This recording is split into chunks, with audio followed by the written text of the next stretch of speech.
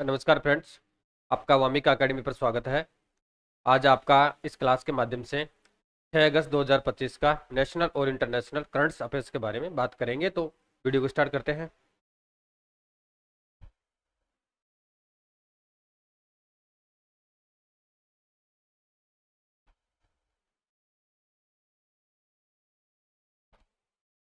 Friends, आपका पहला question है, यानी कमचटका प्रायद्वीप में स्थित क्रोसेनेनिकोव को ज्वालामुखी 400 साल बाद फटा है।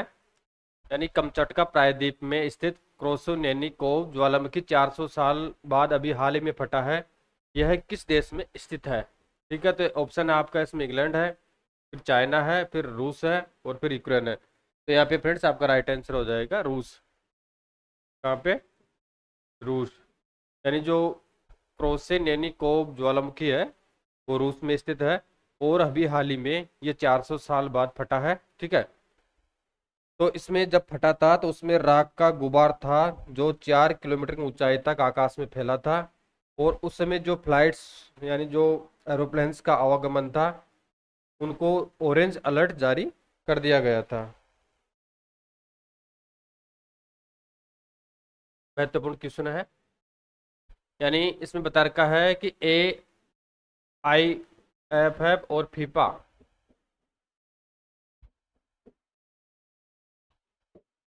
ठीक है, ये एक एजेंसीज है।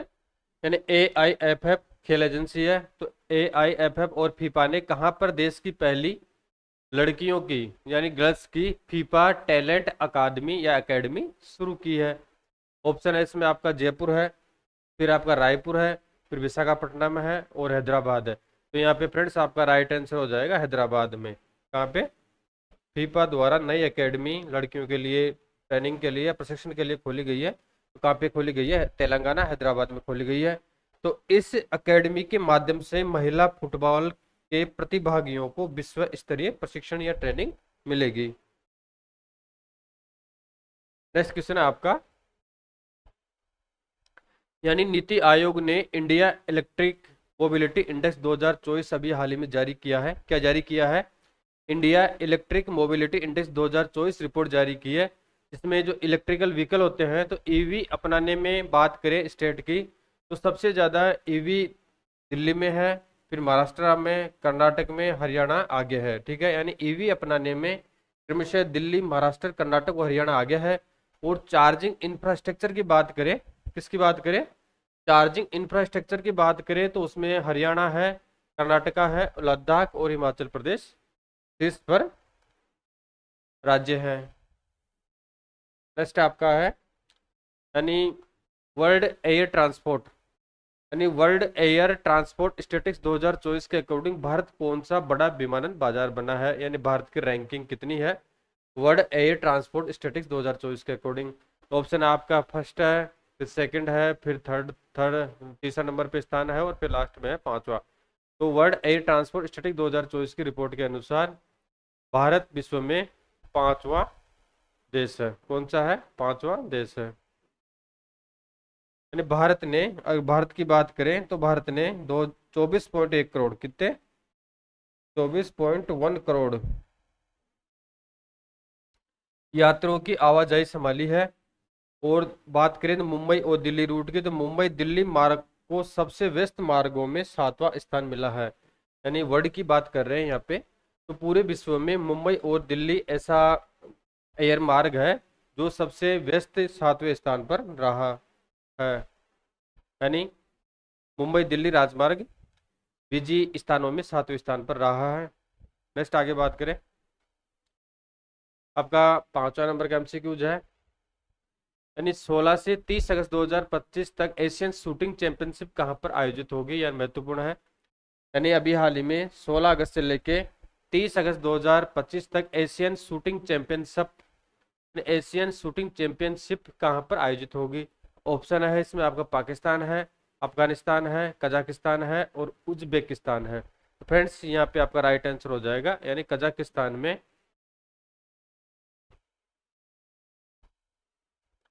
एशियन शूटिंग चैंपियनशिप का आयोजन 16 से लेकर 30 अगस्त 2025 तक किया जाएगा।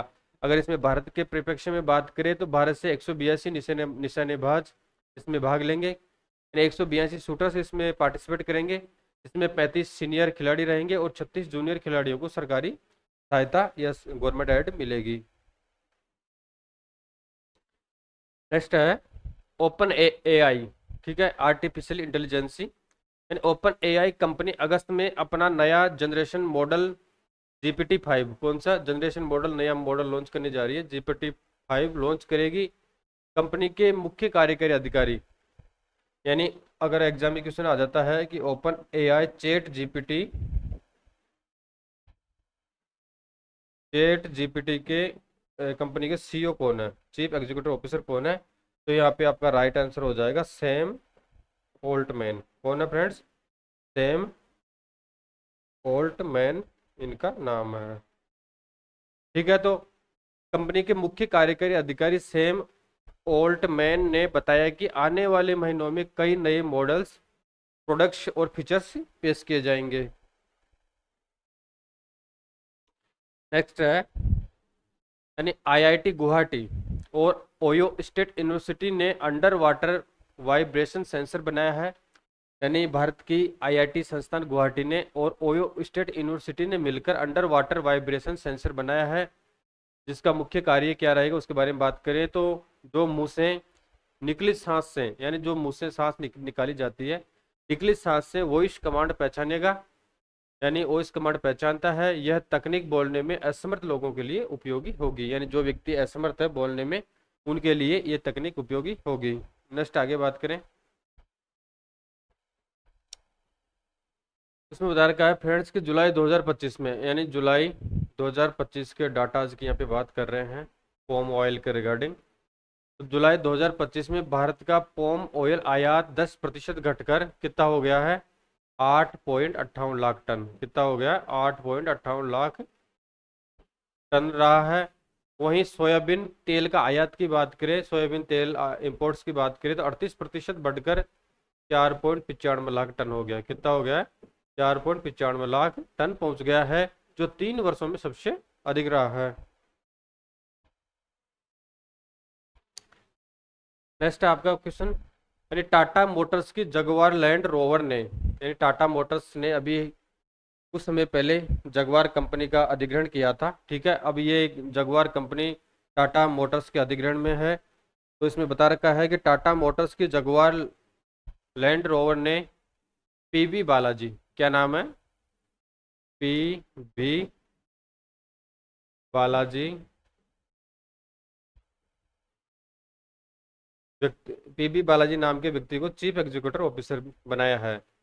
यानी टाटा मोटर्स के जगुआर लैंड रोवर ने पीबी बालाजी को मुख्य कार्यकारी अधिकारी नियुक्त किया है, यानी सीईओ नियुक्त किया है।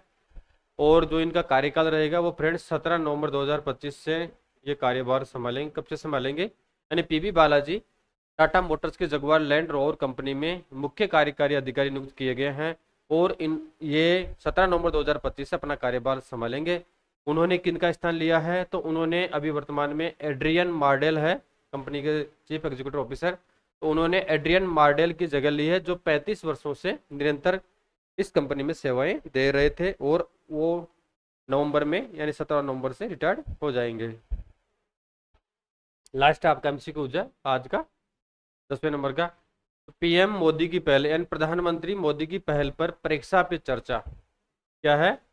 आप सभी को पता है कि परीक्षा पे चर्चा माननीय प्रधानमंत्री मोदी द्वारा एक पहल की जा रही है, यानी काफ़ी समय से योजना संचालित है, ठीक है, जिसमें प्रधानमंत्री द्वारा छात्रों से संवाद किया जाता है, परीक्षा पर चर्चा की जाती है, ताकि उनके ऊपर जो एग्जाम के समय प्रेशर आता है, यानी तनाव आता है, स्ट्रेस आता है, उसको दूर करने के लिए परीक्षा पर चर्चा नामक प्रोग्राम चलाया जाता है। तो पीएम मोदी की पहल पर परीक्षा पर चर्चा ने गिनीज वर्ल्ड रिकॉर्ड बनाया है, यानी अभी हाल ही में गिनीज वर्ल्ड रिकॉर्ड बनाया है। एक महीने की बात करें तो अभी लेटेस्ट एक महीने में 3.53 करोड़, कितने? 3.53 करोड़ लोगों ने एक ऐप है माई गवर्नमेंट ऐप, क्या नाम है? माई गवर्नमेंट ऐप को रजिस्टर किया है या डाउनलोड किया है। पहल परीक्षा के तनाव को सीखने में बदलने का प्रयास है। जैसा कि पहले बात कर चुके हैं कि पहल परीक्षा के तनाव को सीखने में बदलने का एक प्रयास है। ठीक है, यानी एग्जाम में किस प्रकार से तनाव आता है और उसको किस प्रकार से दूर किया जाता है, उस पर परीक्षा पर चर्चा माननीय प्रधानमंत्री मोदी द्वारा की जाती है। ठीक है, तो इसमें यह बता रखा है कि गिनीज वर्ल्ड रिकॉर्ड बनाया है परीक्षा पर चर्चा कार्यक्रम ने। इसमें जो माई गवर्नमेंट ऐप होता है उस पर 3.53 करोड़ लोगों ने अभी हाल ही में रजिस्टर किया है। ठीक है, तो आज का आपका 6 अगस्त 2025 का राष्ट्रीय और अंतर्राष्ट्रीय करंट अफेयर्स के बारे में डिटेल से बात कर चुके हैं। अब लास्ट में एक बिंदु के बारे में बात करेंगे। आज बात करेंगे ओपेक प्लस के बारे में बात करेंगे कि ओपेक प्लस क्या होता है, इसमें कितने देश शामिल है और इसकी स्थापना कब की गई थी। ठीक है, और इसके मुख्य कार्य कौन कौन से हैं उसके बारे में डिटेल से बात करेंगे। तो करते हैं महत्वपूर्ण बिंदु की तरफ बात।